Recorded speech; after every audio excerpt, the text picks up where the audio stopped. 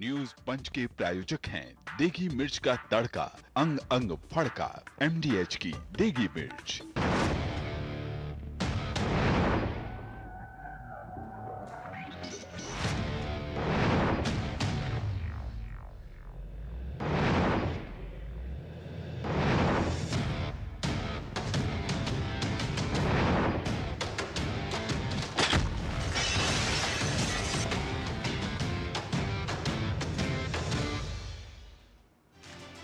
नमस्कार, स्वागत है आप सभी का। मैं संध्या शर्मा लेकर हाजिर हूं आपका पसंदीदा शो न्यूज पंच। इस कार्यक्रम के जरिए हम आप तक पहुंचाएंगे वो खबरें जिन पर रहती है आपकी नजर। तथ्यों और आंकड़ों के जरिए आपको समझाएंगे खबर का हर एक बिंदु। साथ ही ग्राउंड जीरो पर मौजूद अपनी टीम से जानेंगे एक एक अपडेट भी। और आज न्यूज पंच के जरिए जिन खबरों पर रहेगी हमारी नजर, सबसे पहले कर लेते हैं उन खबरों का रुख, यानी कि टॉप लाइन्स का रुख। न्यूज पंच में सबसे पहले बात होगी लखनऊ की। लखनऊ में मौत की आग, नहीं बचेगा एक भी दोषी। जी हां, सख्त एक्शन में नजर आ रही है उत्तर प्रदेश की सरकार। विस्तार से करेंगे इस पूरी खबर पर बात। इसके अलावा न्यूज पंच में जो हमारी अगली खबर होगी वो होगी पश्चिम बंगाल से जुड़ी हुई, क्योंकि बंगाल में बजट और गिफ्ट भी मिलना है। और साथ ही साथ मदरसे पर चली है कैंची। क्यों चली है, कितना बजट किसको मिला है और किन के चेहरों पर खुशियां हैं, वो भी आपको विस्तार के साथ बताएंगे। इसके अलावा न्यूज पंच में जो हमारी अगली खबर होगी वो होगी खेल से जुड़ी हुई, क्योंकि धुरंधर मेसी की करना होगी यहां पर बात, क्योंकि उनका करिश्माई प्रदर्शन जो है वो लगातार है जारी। तो आइए न्यूज पंच की विस्तार से करते हैं शुरुआत और सबसे पहले बात लखनऊ के अलीगंज इलाके की करते हैं। तो आपको बता दें कि अलीगंज इलाके में हुए भीषण अग्निकांड की बात अगर हम करें तो इस दुखद घटना के बाद योगी सरकार ने कार्रवाई करते हुए 4 अधिकारियों को निलंबित कर दिया है। मामले में 6 लोगों के खिलाफ नामजद FIR भी दर्ज की गई है। इसके अलावा देर रात मुख्यमंत्री ने उच्च स्तरीय बैठक भी की। उनके निर्देश पर 2 सदस्यीय विशेष जांच दल का गठन किया गया, यानी किसी भी सूरत में किसी को भी बख्शा नहीं जाएगा। इस पूरे मामले में और भी अपडेट लेंगे अपने संवाददाता से, लेकिन इससे पहले सरकार के सख्त कदम पर डालते हैं एक नजर। तो लखनऊ में जो भीषण हादसा हुआ है उसके बाद लगातार एक्शन मोड में नजर आ रही है उत्तर प्रदेश सरकार। योगी आदित्यनाथ ने हाई लेवल मीटिंग भी की है। 15 घरों के चिराग यहां पर बुझ गए। ये जो दुर्घटना हुई है उसको लेकर के अब एक्शन मोड में नजर आ रही है योगी सरकार, यानी कि हर उस जिम्मेदार पर कार्रवाई होगी जिसकी संलिप्तता इसमें थी। बिल्डिंग जलकर पूरी तरह से राख हो गई और उसके बाद तस्वीरें भी आपको दिखा रहे हैं, जहां पर उत्तर प्रदेश के मुख्यमंत्री योगी आदित्यनाथ घायलों से मिलने के लिए पहुंचे, घटनास्थल पर भी पहुंचे और साथ ही साथ उन्होंने घायलों से बातचीत की, घायलों के परिजनों से बातचीत की। और इस पूरे मामले में 4 अधिकारियों को सस्पेंड भी कर दिया गया है, जो साफ तौर पर योगी सरकार की संवेदनशीलता को दर्शाता है, यानी कि जो भी इस पूरे हादसे में संलिप्त था उसके खिलाफ कार्रवाई जरूर होगी। हो सकता है कि ये जो निलंबन हुआ है, जो सस्पेंड हुआ है, इसमें आंकड़े, इसमें संख्या और भी बढ़ती हुई नजर आए, क्योंकि 15 घरों के चिराग बुझ गए हैं इस गंभीर, इस दुखद घटना में। इमारत में धू धू कर भीषण आग लग गई और इस आग से अपने आप को बचाने की लाख कोशिश करते हुए यहाँ पर मौजूद छात्र नजर आए, लेकिन 15 घरों के चिराग बुझ गए। सीएम योगी की अगर हम बात करें तो उन्होंने ताबड़तोड़ एक्शन लिया है। जी हां, ताबड़तोड़ एक्शन लेते हुए योगी सरकार यहां पर नजर आई है। 2 सदस्यीय SIT का गठन हाथों हाथ किया गया ताकि पूरे मामले की परतें खुल सके और पूरे मामले की गंभीरता के साथ जांच हो सके। तो आग में झुलसे 15 लोग और कई लोग घायल भी हुए हैं, यह आंकड़ा निकल करके सामने आया। जानकारी मिलते ही मुख्यमंत्री योगी आदित्यनाथ खुद मौके पर पहुंचे और उनके जो तमाम कार्यक्रम थे उन कार्यक्रमों को उन्होंने छोड़ दिया, क्योंकि विषय की संवेदनशीलता को जानते हुए तुरंत घटनास्थल पर पहुंचे मुख्यमंत्री योगी आदित्यनाथ ने आज के भी अपने सभी कार्यक्रमों को रद्द कर दिया है। जी हां, आपको बता दें कि उत्तर प्रदेश के मुख्यमंत्री योगी आदित्यनाथ ने अब के आज के भी जो उनके तय कार्यक्रम थे उन सभी को रद्द कर दिया है और मुख्यमंत्री योगी आदित्यनाथ का ताबड़तोड़ एक्शन इस पूरे मामले को लेकर के नजर आ रहा है, क्योंकि मामला गंभीर है और साथ ही साथ सरकार ने भी इस पूरे मामले को लेकर के अपनी संवेदनशीलता दर्शाई है। लखनऊ में ये जो मौत की आग लगी है, धू धू कर 15 परिवारों के चिराग बुझ गए हैं, उसको लेकर के मुख्यमंत्री ने ताबड़तोड़ एक्शन भी लिया है। सीएम योगी का जो ताबड़तोड़ एक्शन है उसमें SIT का गठन किया गया है। आपको बता दें कि 2 सदस्यीय SIT का गठन हुआ है जो कि इस पूरे मामले की जांच करेगी। 7 दिनों के भीतर रिपोर्ट सौंपने के भी निर्देश दिए जा चुके हैं। यानी कि एसआईटी जो अपनी पूरी जांच करेगी, 1 सप्ताह के अंदर उसे अपनी रिपोर्ट पेश करनी होगी। 4 अधिकारियों का तत्काल निलंबन कर दिया गया है। हालांकि हो सकता है कि इसमें जिन जिन लोगों की भूमिका नजर आएगी और भी अधिकारियों का निलंबन हो सकता है। घायलों को 50,000 रुपए की सहायता राशि देने की बात भी यहां पर की गई और इसके साथ साथ मृतकों के परिजनों को भी यहां पर सहायता राशि देने का ऐलान किया गया है। लेकिन सबसे बड़ा सवाल यही कि आखिर ये कमर्शियल इस्तेमाल कैसे हो रहा था और यही जांच होगी कि आखिर रेसिडेंशियल इलाके में कैसे किया जा रहा था कमर्शियल उपयोग। अब हर संभव मदद का भरोसा भी यहां पर मुख्यमंत्री देते हुए नजर आए हैं। तो आपको सुनवा देते हैं कि उत्तर प्रदेश के मुख्यमंत्री योगी आदित्यनाथ, उसके साथ साथ लखनऊ के सांसद और केंद्रीय मंत्री राजनाथ सिंह और ब्रजेश पाठक जो कि डिप्टी सीएम हैं, इन सभी ने इस पूरे मामले को लेकर के किस तरह से चिंता व्यक्त की है और क्या कुछ कहा है, आपको सुनवाते हैं। उन सभी परिजनों के प्रति जिन्होंने अपने परिवार के उन नौजवानों को खोया है, उनके प्रति मैं अपनी संवेदना व्यक्त करता हूं। उन पूरे परिवारजनों के प्रति और इस पूरे मामले के लिए मैंने उत्तर प्रदेश के पुलिस महानिदेशक और अपर मुख्य सचिव गृह को भी कहा है कि वे स्वयं मौके पे जाकर के इसकी रिपोर्ट प्रस्तुत करें। इस पूरे मामले की तह में हम जाकर के दोषियों को सजा भी दे सकें और उन पीड़ित परिवारों के प्रति अपनी संवेदना भी व्यक्त कर सकें। बहुत ही दुर्भाग्यपूर्ण यह घटना हुई है और मैं सभी परिवार के सदस्यों के प्रति संवेदना व्यक्त करता हूं और पूरे मामले की जांच जैसा मुख्यमंत्री जी ने कहा वो कराई जाएगी और इसमें यदि किसी की रिस्पॉन्सिबिलिटी बनती है तो रिस्पॉन्सिबिलिटी भी फिक्स की जाएगी। माननीय मुख्यमंत्री जी ने स्वयं जांच के निर्देश दिए हैं, कड़ी कार्रवाई होगी, किसी को बख्शा नहीं जाएगा। अभी प्राथमिकता है कि घायलों को अच्छे से अच्छा इलाज मिले और पीड़ित परिवारों के साथ हमारी पूरी सरकार खड़ी है। माननीय मुख्यमंत्री जी ने स्वयं बहुत ही दुख व्यक्त किया है।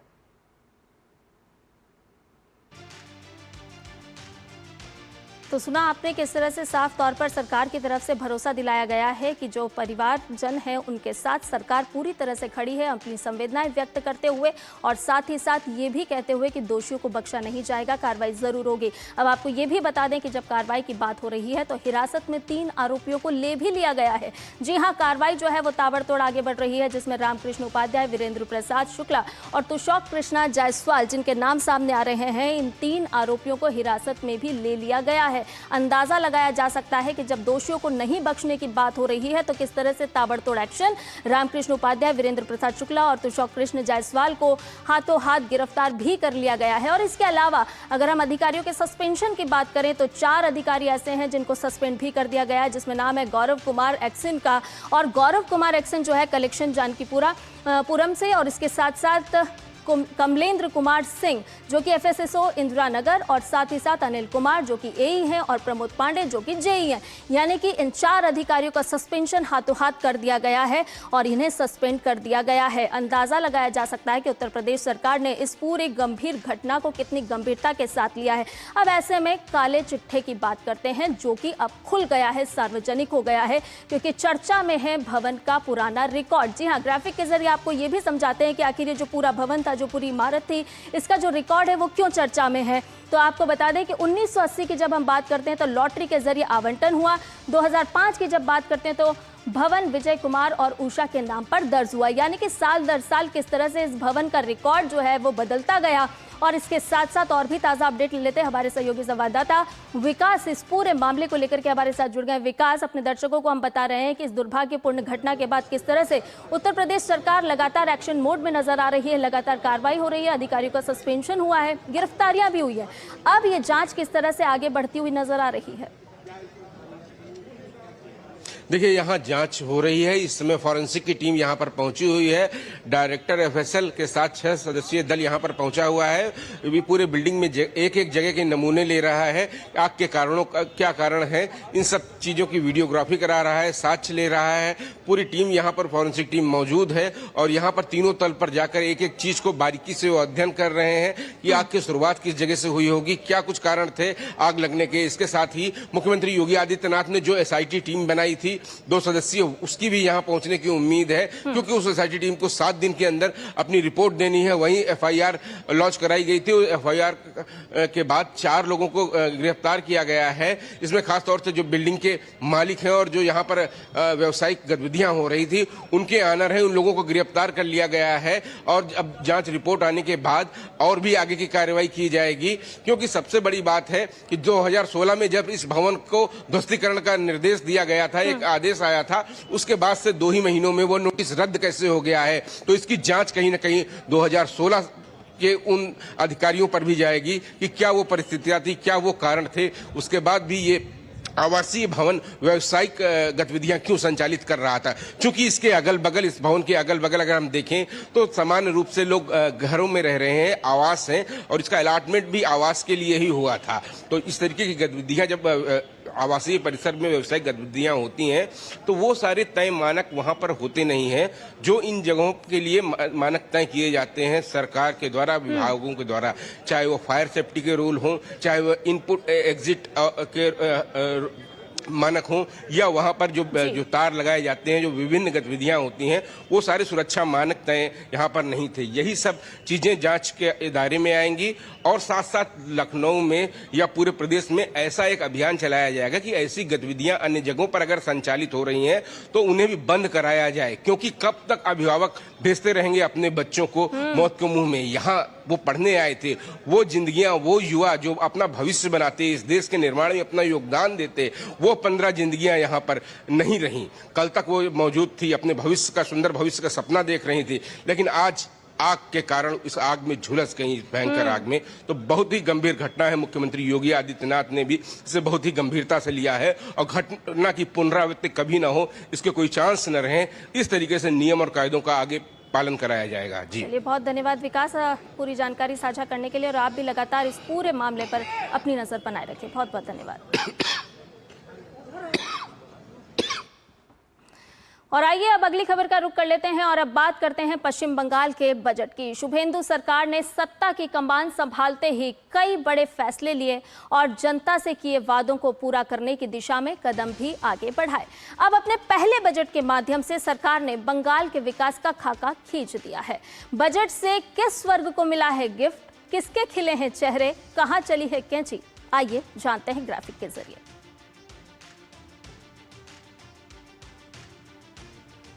तो पश्चिम बंगाल के बजट की यहाँ पर बात कर रहे हैं। सबसे पहले मदरसों के बजट का जिक्र करते हैं, जहाँ पर कैंची चली है। कहें कि बजट जो आवंटन हुआ है उसमें कुछ गिरावट दर्ज की गई है। 5,713 करोड़ से घटकर 2,165 करोड़ रुपए का ये बजट हो गया है, यानी कि इसको घटाया गया है। इसके अलावा 3,548 करोड़ की भारी कटौती भी यहाँ पर होती हुई नजर आई है, यानी कि जो पहले पूर्व सरकार ने जो बजट का आवंटन किया था और इस सरकार के बजट के आवंटन को अगर हम देखें तो बड़ी गिरावट यहाँ पर देखने को मिली है। मदरसा शिक्षा बजट में 62% की कटौती की गई है। तो मदरसों के बजट पर एक तरह से ये कह सकते हैं कि कैंची चलती हुई नजर आई है, यानी कि जो बजट का एलोकेशन है, जो बजट का आवंटन है, उसमें कमी आई है। आवंटन में 3,548 करोड़ की भारी कटौती यहां पर देखने को मिली है।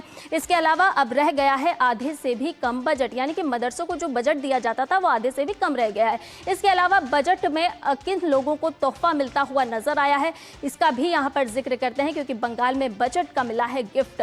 ये गिफ्ट मिला है सरकारी कर्मचारियों को। जी हां, सरकारी कर्मियों की लॉटरी यहां पर खुलती हुई नजर आई है, यानी कि पश्चिम बंगाल की सरकार ने जो कर्मी हैं सरकारी, उनका ख्याल रखा है खास तौर पर। और आपको बता दें कि डीए में 20% की बढ़ोतरी यहां पर दर्ज होती हुई नजर आई है, यानी कि जो सरकारी महकमे में काम करते हैं, जो सरकारी कर्मचारी हैं, उनके हितों का ख्याल रखते हुए यहां पर पश्चिम बंगाल की सरकार नजर आई है।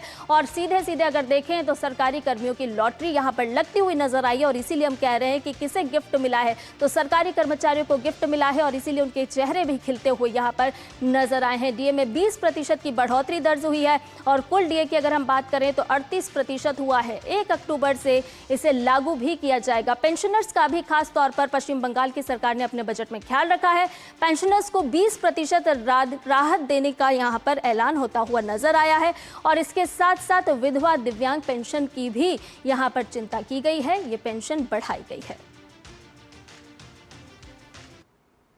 18-19 साल नौकरी करने में हो गया है। अभी तक इतना वेतन वृद्धि में हम लोग कभी नहीं देखे मिला था इस तरह का 20% पहली बार। ये पहली हमारे जितने कर्मचारी है, लेजिस्लेटिव असेंबली हो या पौरसभा हो, टीचर्स हो, ये लोग बहुत दिन से बहुत पीछे हो गया था। डीए दूसरे स्टेट में जैसा डीए अप टू डेट है, हम लोग बहुत पीछे हो गया था। बहुत बार रिक्वेस्ट करने के बाद, बहुत आंदोलन करने के बाद आज ये जगह के हम लोग इतना रिलीफ मिल रहा है। थैंक यू हमारे मुख्यमंत्री को, थैंक यू। उसने जो कहा था वो कमिटमेंट करके दिखाया। मुख्यमंत्री और अर्थ मंत्री का बहुत मैंने दिल से धन्यवाद बोलते हैं। ये हम लोग के लिए सोचे हैं और किए हैं।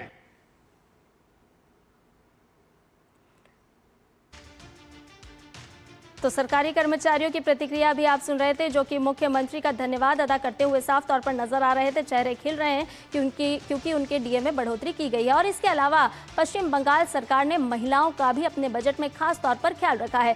कई सारी ऐसी योजनाएं हैं जिसका ऐलान करते हुए नजर आई है पश्चिम बंगाल की सरकार। अब नहीं छूटेगी छात्राओं की पढ़ाई। जी हाँ, छात्राओं की शिक्षा का खास तौर पर यहाँ पर ख्याल रखा गया। छात्राओं को 50,000 रुपए देने की एक योजना भी लाई गई है, ताकि जो छात्राएं हैं वो बड़ी संख्या में स्कूल की ओर जाएं। साथ ही साथ गर्भवती महिलाओं को 6 न्यूट्रिशन किट देने का भी यहां पर बजट में ऐलान किया गया है, यानी कि महिलाओं का खास तौर पर ख्याल रखा गया। अन्नपूर्णा योजना का जिक्र यहां पर बजट में देखने को मिला है। महिलाओं को फ्री बस यात्रा का जिक्र भी यहां पर देखने को मिला है। तो यानी कि बजट में महिलाओं का भी खास तौर पर ख्याल रखा गया है। इसके अलावा बंगाल में विकास किस तरह से होगा, किस तरह से ये विकास अपनी रफ्तार पकड़ता हुआ नजर आएगा, एक नजर ग्राफिक के जरिए इस पर भी डालते हैं, क्योंकि जी राम जी परियोजना जो है उसको भी यहाँ पर जिक्र करते हुए पश्चिम बंगाल की सरकार नजर आई है। जी राम जी परियोजना को 14,000 करोड़ रुपए दिए जाने की बात।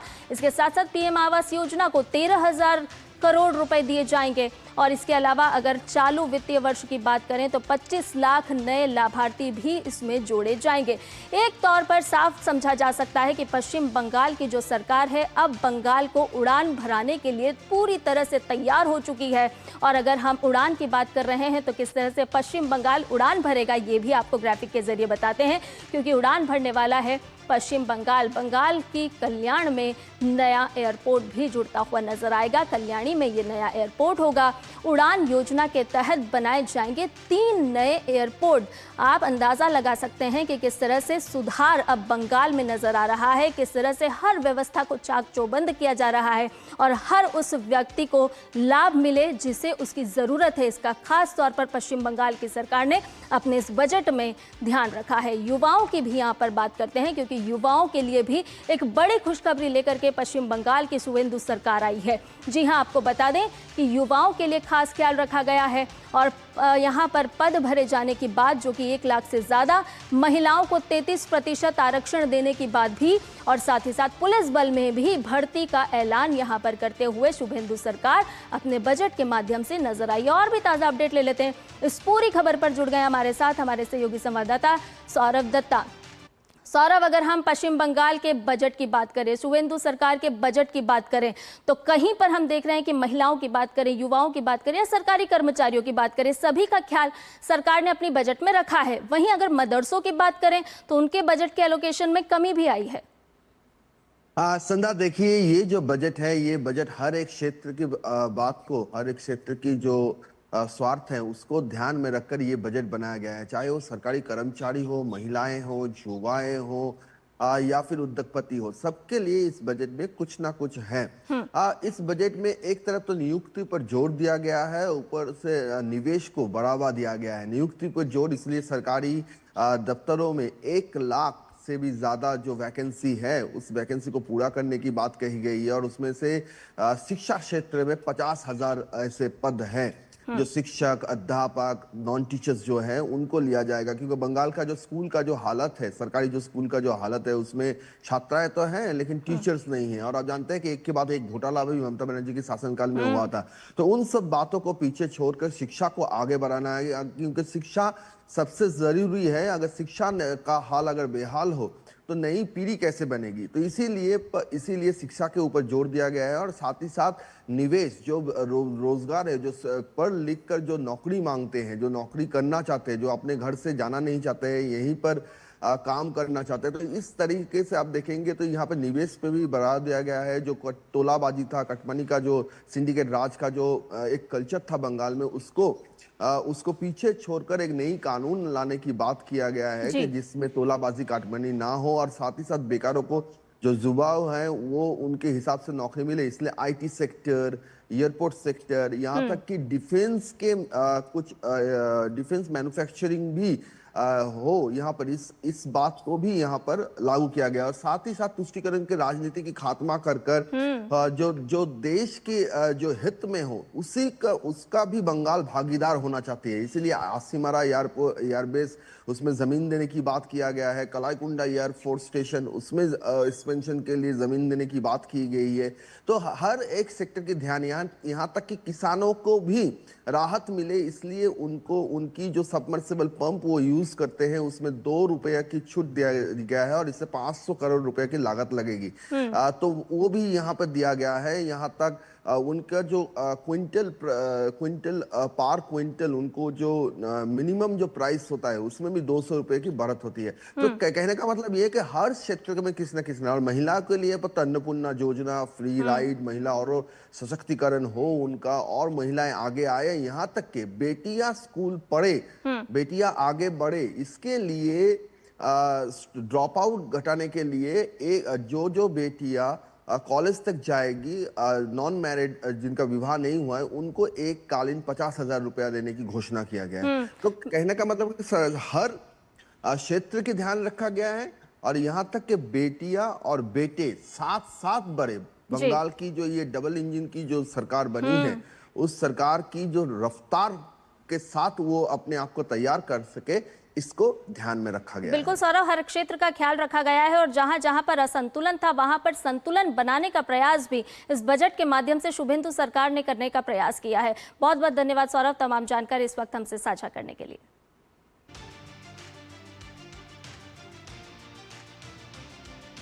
और इसके साथ ही न्यूज पंच में फिलहाल रुकने एक छोटे से ब्रेक के लिए जल्द हाजिर होंगे। सस्ते वाले दाल मसाले स्वाद हुआ बेकार, MDH की हल्दी मिर्ची धनिया करे कमाल, ये रंग दे, ये खुशबू दे, ये तीखा, ये कम पड़े, क्या निराला MDH मसाला। जब धरती चीर कर निकलता है लोहे का पत्थर और मिलता है मोंगिया के जोश से, फिर तपता है, पिघलता है और बनता है फौलाद। अब होता है सरिया सारी खूबियों के साथ। मोंगिया स्टील, मजबूत देश का मजबूत सरिया।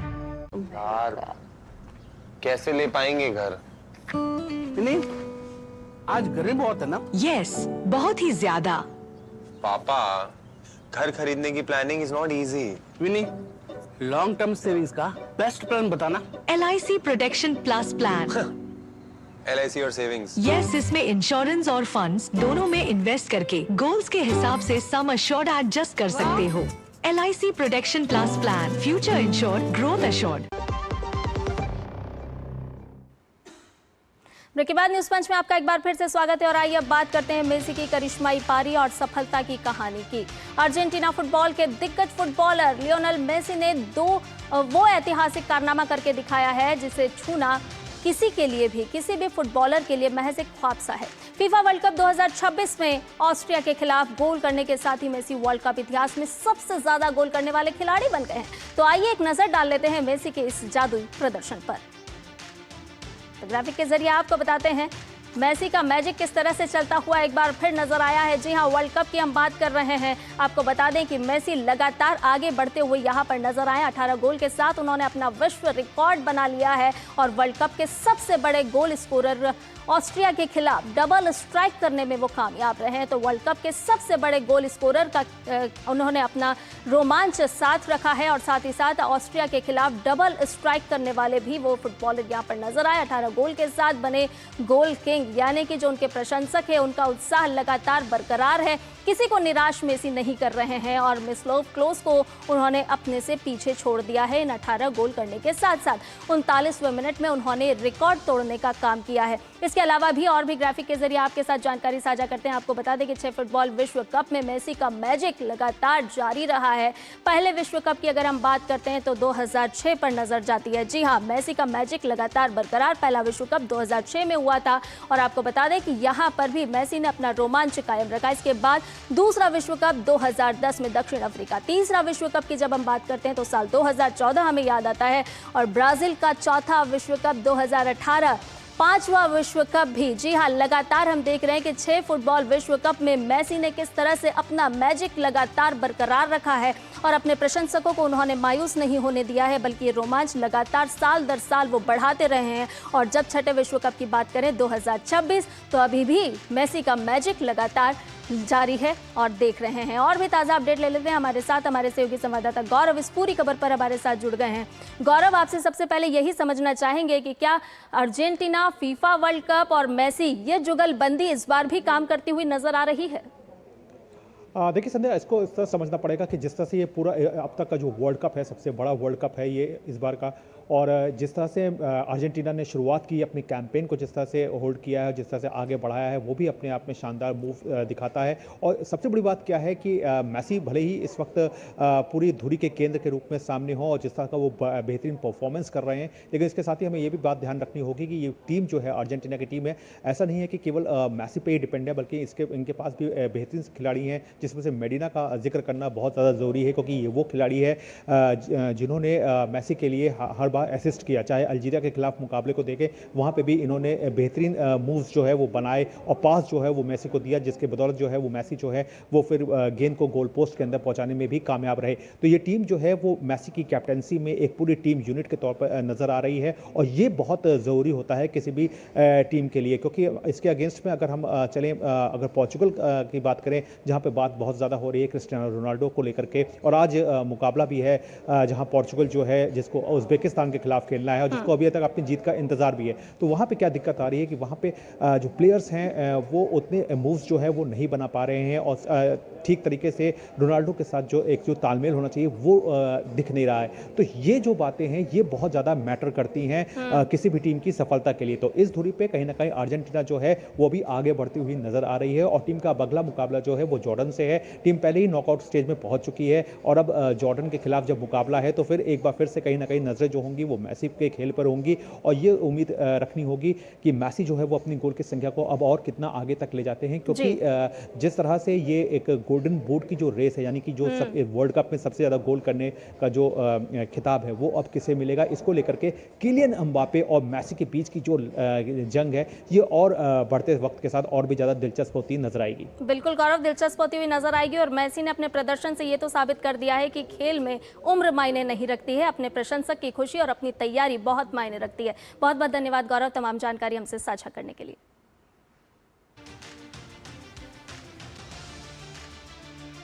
और इसके साथ ही न्यूज़ पंच में फिलहाल के लिए इतना ही। मुझे और मेरी पूरी टीम को दीजिए इजाजत। नमस्कार।